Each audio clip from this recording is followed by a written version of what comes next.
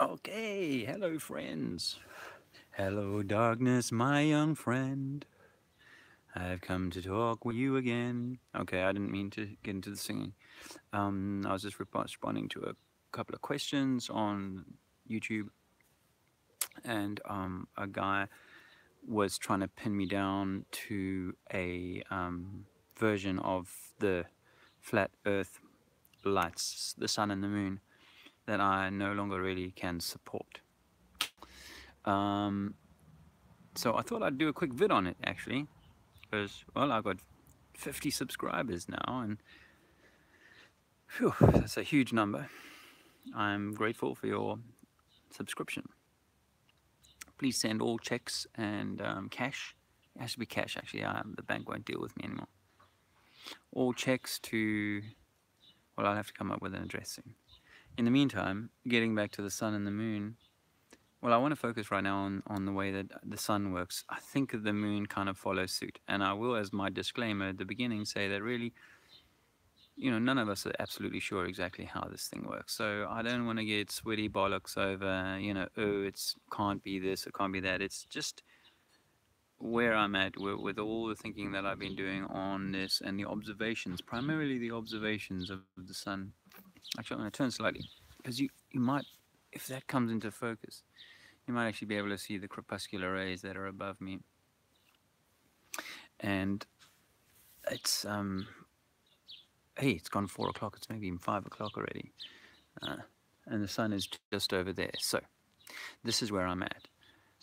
The sun doesn't actually, if you're at ground level, the sun isn't particularly high from you. As you rise up, the sun will realign itself. It will continue to move up until it gets to a particular height.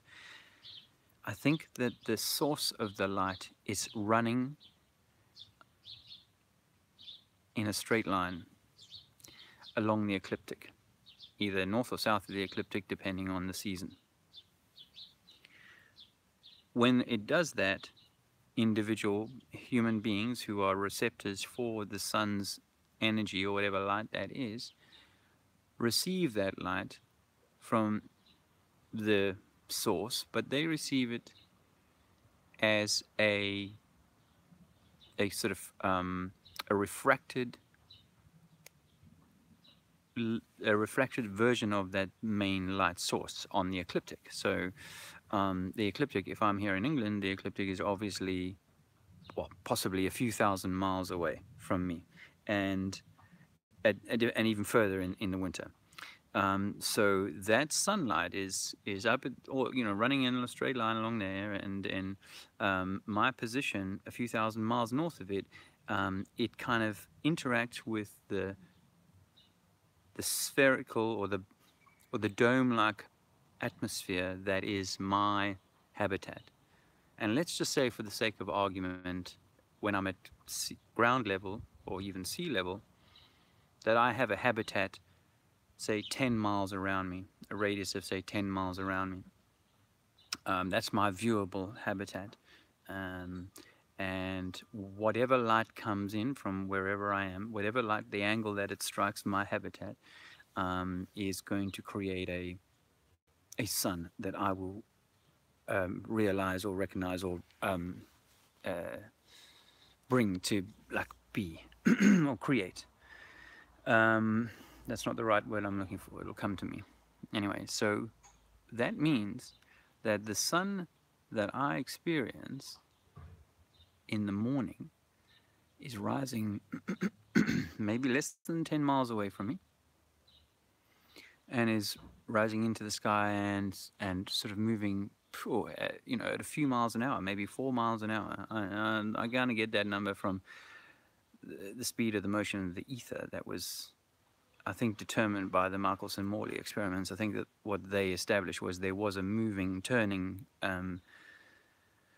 action that they were able to detect. Not very fast, not very powerful, but it's that I think that the sun might be sort of turning on. So it moves through the sky. And that's why I pointed it out to you just now, because actually the crepuscular rays over there are coming straight down out of the cloud, And these clouds are only a few miles away from me. Again, you can look at those if yourself. you know, those rays there are coming down almost straight, you know, and this is 5 or 6 o'clock, 5 o'clock in the evening, so it's only moved a few miles overhead since midday. Actually, you know, I think it's since midday. It's probably only gone, well, less than 3 miles. That's absolutely nuts. But again, it's, you know, the key is that it's not. There's not. There may be one light. There may be one key energy center. Um, hey, Jamie. Um, there may be. I should wear glasses when I'm trying to read my screen. It's so tiny. To be honest, I haven't quite got the eyesight back fully 2020. But so just talking about this. There's the movement of the sun, and my theory that you know that it may well be working on a straight line across an ecliptic, and that the further north or south that I travel, the greater the refraction or distortion, and I haven't kind of heard the right terminology, so apologies for that, but the greater the distortion of the light of the primary light. Afternoon. The greater the distortion of the primary light, and this means that you can get the effect of getting up high south. You can go up high south, sorry, up north, and get the effect that you think you're seeing, or what you actually see is a light going all the way around you in the circle. I don't have an issue with that. I'm not saying people are creating that. I think that's a real thing. But equally, the further south you go towards the equator, the straighter and straighter that line becomes until you're underneath the ecliptic, and then it's a pretty much straight line east to west. Again, as you travel south, that line will start to curve again, and the further south you can get, so the more the incidence of that curve. Now I'm here in England, right, and at 55 something like that degrees north, and I see already a very tight turn at my place. Now this wall that you see behind me with the orange flowers is north. This is a east-west facing property, absolutely, almost perfectly. And the way that the sun rises up all the way up here and then sets all the way up here is inscribing a very tiny circle. Now if that's meant to have gone all the way around the North Pole, then Earth is tiny. You know, for it to kind of, for it to create such a tight turn here means that our friends in the Southern Hemisphere, who are the ones who bitch the most about our model, by the way, the friends in the Southern Hemisphere, they complain about this all the time. You know, how is it possible that we're inscribing a very tight turn, very tight circle, and yet they get a sun that's not so deep on the northern horizon? So I think this is because of the key thing, and that is that I can see some people chatting. Cool, this is fun. I can see that this model of putting a dome over each player, over each person's you know, experience, and then for that dome to be affected by your height, by your position north and south of the ecliptic, of the line of the sun at that point in time of the year. And that's it. It's as simple as that. And the key, I think, is to do with this bowl effect, that if you have an atmosphere around you of, let's say, in the range of 10 miles, I don't need to argue the distance. It could be 20 miles, it could be as little as 5, depending on climate and so on. But what we know is that the further you go into the air, the greater the amount of moisture, water, that you're actually having to look through. And so the sun is having to kind of make its way through an altering dome above you, depending on how far north or south you go. Does this lend itself to there being some sort of roof closing off the top or the side or whatever? And then I don't know. But I'll tell you what it does do, and I'll kind of summarize this because I'm not used to talking for so long. But I'll summarize it like this and say that it does raise the possibility that the sun moves in a straight line.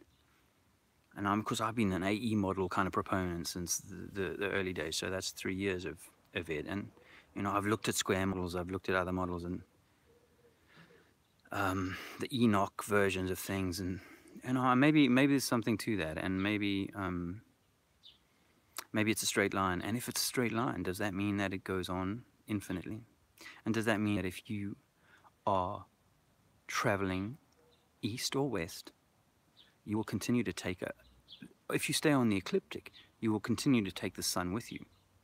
It's only when you travel north or south that the sun eventually drops too deep into your, too low in your atmosphere, in your atmospheric bubble, for it to shine at all. Anyway, that's my thesis.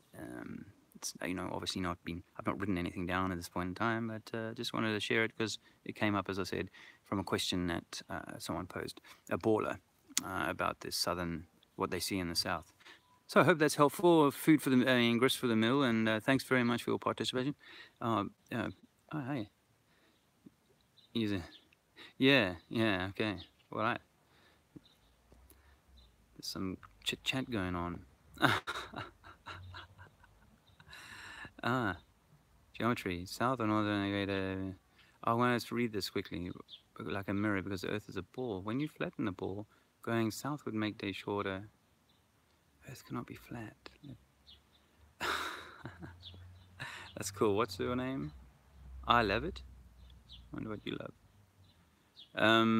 Yeah, I mean like a rainbow. I do mean like a rainbow. The guy's angry though, but most ballers are. Hey blood, it's thicker than water if you're still there. Thanks, man. And P900 Coolpix. Cool. The guy about the geometry, man, it's, like the maths, when it comes to it, the maths is really kind of obvious. There should be curvature going away from you everywhere you go. And then even if you can't do the maths, think this through, man. Like, so a ship leaves your harbor and it goes down, right? When it arrives at the other side, is it going to come from above? Or is it also going to come from below? So you go from England to France, right?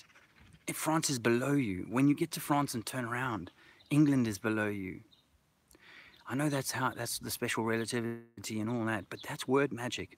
In our real world, if I asked you to build a model like that, you go, I can't get the water to stay like in the right place. You need a flat plane. You need a flat table with some sides on it to kind of hold the water in. Come on, that makes the most sense. You know what I'm saying? Anyway, FPV Angel, I have enjoyed listening to you on, so that's cool to have you say hi. And there's plenty of good vibrations, my friend. I mean, this guy's throwing. Anyway, I'll let you go. Take care, and thanks very much for your time.